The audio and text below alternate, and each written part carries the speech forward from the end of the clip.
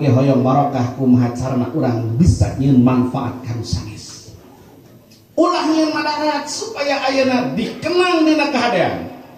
Bahkan ketika geus maot diobrol-obrol kahadean ku batur jadi manfaat kanu tos maot ogenan janten lupa. Lain ieu mah pasea we. Bahkan punten bisi ieu mah pada aya geuning almaru ala dini khalili tong jadi dalil urang nu usaha jeung tukang usaha pasea. Kadang-kadang ajengan jeung ajengan komo eta mah naudzubillah. Pedah teu akur mung ngahiji kapenglaan pangimarat ketulus berjamaah teh hijrah eta mah. Teu kaur kapenglaan adan dimayungkeun baladana.